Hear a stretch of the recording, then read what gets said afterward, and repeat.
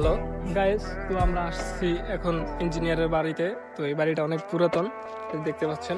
এই বাড়িতে অনেক ফুল গাছ আছে, মেয়েরা আসলে মনে করেন যে একবারে পছন্দ হয়ে যাবে। এই যে আছে এই বাড়ির দারোয়ান, এখানে সবসময় পাহারা দেয়। তো মনে করেন এখানে আসছি, তো দারোয়ানকে বলছি আমার বডি হিসেবে এখানে থাকতে। এখানে নাকি আবার অনেক ডাকাত আছে, তো ভিতরের দিকে যেতে দিচ্ছে না, কারণ ঈদ উপলক্ষে অনেক মানুষ এখানে ভিড় করে, তাই আর কি ফুল গাছের চারা চূড়া ভেঙে ফেলবে, তাই এখানে ভিতরে যাওয়া নিষেধ।